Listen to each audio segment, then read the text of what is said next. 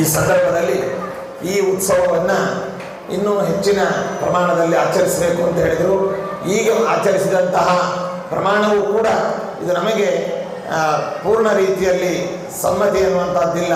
ಯಾಕೆ ಹೇಳಿದರೆ ನಮ್ಮ ದೇಶ ವಿವಿಧ ರೀತಿಯಾದ ಸಂಕಷ್ಟದಲ್ಲಿ, ಯುದ್ಧದ ಒಂದು ಭೀತಿಯಲ್ಲಿ, ಯುದ್ಧವನ್ನು ಈಗ ಆಗಲೇ ಸ್ವಲ್ಪ ಭಾಗ ನಡೆಸಿ ತಾತ್ಕಾಲಿಕವಾಗಿ ವಿಶ್ರಾಂತಿಯನ್ನು ಪಡೆದಿರತಕ್ಕಂಥ ಈ ಸಂದರ್ಭ, ದೇಶದಲ್ಲಿ ಅಶಾಂತಿ ಅನ್ನುವಂಥದ್ದು ನೆಲೆಗೊಂಡಂತಹ ಸಂದರ್ಭದಲ್ಲಿ, ದೇಶದಲ್ಲಿ ಧರ್ಮಕ್ಕೆ ಚ್ಯುತಿ ಬರುವಂತಹ ಒಂದು ಸಂದರ್ಭದಲ್ಲಿ ನಾವು ಒಬ್ಬ ಧರ್ಮಪೀಠಾಧಿಪತಿಗಳಾಗಿ ಮತ್ತು ಒಬ್ಬ ಗುರುಗಳಾಗಿ ಯಾವುದನ್ನು ಕೂಡ ನಾವು ಸ್ವೀಕಾರ ಮಾಡಬಾರದು ವೈಭವಗಳನ್ನು. ಆದರೆ ತಾತ್ಕಾಲಿಕವಾಗಿ ಅಲ್ಲಿ ಸ್ವಲ್ಪ ಶಾಂತಿಯ ಮಾತುಕತೆ ನಡೀತಾ ಇದೆ ಅಂತ ಅನ್ನೋದು ಒಂದು, ಮತ್ತು ಇದು ಭಕ್ತರ ಅಪೇಕ್ಷೆಗೆ ನಾವು ತುಂಬ ನಿರಾಶೆಯನ್ನು ಮಾಡಲಿಕ್ಕೆ ಆಗೋದಿಲ್ಲ. ಶ್ರೀಮಠದ ಸಂಪ್ರದಾಯ ಪದ್ಧತಿಗಳಿಗೆ ಅನುಸರಿಸಿ ಧಾರ್ಮಿಕವಾಗಿ ಅಷ್ಟೇ ಈ ಕಾರ್ಯಕ್ರಮಗಳನ್ನು ನಾವು ಸ್ವೀಕಾರ ಮಾಡಿಲ್ಲ. ಇದು ಭಗವಂತನಿಗೆ ನಾವು ಸಮರ್ಪಿಸಿದ್ದೇವೆ ನಮ್ಮ ಗುರುಗಳ ಮೂಲಕವಾಗಿ.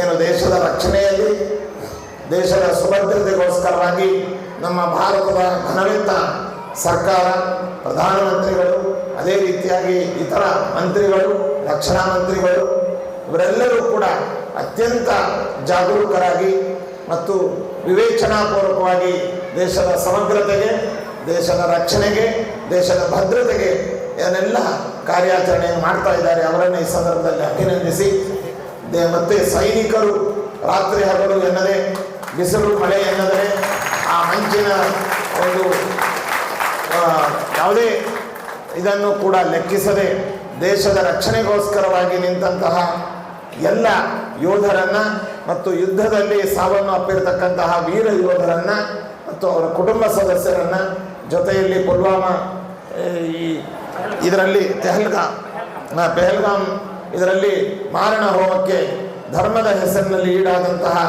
ಎಲ್ಲ ಹುತಾತ್ಮರನ್ನ ಕೂಡ ನಾವು ಅವರಿಗೆ ಭಗವಂತ ಸದ್ಗತಿಯನ್ನು ನೀಡಲಿ, ದೇಶಕ್ಕೆ ಶಾಂತಿ, ರಕ್ಷಣೆ, ಸಮೃದ್ಧಿ ಎನ್ನುವಂಥದ್ದು ನೀಡಲಿ ಎಂಬುದಾಗಿ ಆ ಎಲ್ಲ ವ್ಯಕ್ತಿಗಳನ್ನು ಈ ಸಂದರ್ಭದಲ್ಲಿ ಸ್ಮರಿಸ್ತಾ ಎಲ್ಲರಿಗೂ ಕೂಡ ಭಗವಂತ ಅನುಗ್ರಹಿಸಲಿ ಅಂತ ಭಗವಂತನಲ್ಲಿ ನಾವು ಪ್ರಾರ್ಥಿಸ್ತಾ ಇದ್ದೇವೆ.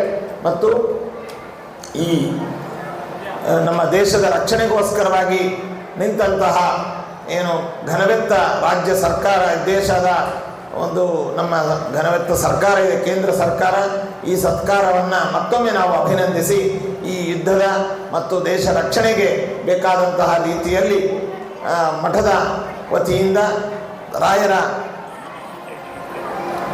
ಪ್ರಸಾದದ ರೂಪವಾಗಿ 25 ಲಕ್ಷ ರೂಪಾಯಿಗಳನ್ನು ದೇಶದ ರಕ್ಷಣಾ ನಿಧಿಗೆ ಈ ಸಂದರ್ಭದಲ್ಲಿ ನಾವು ನೀಡ್ತಾ ಇದ್ದೇವೆ.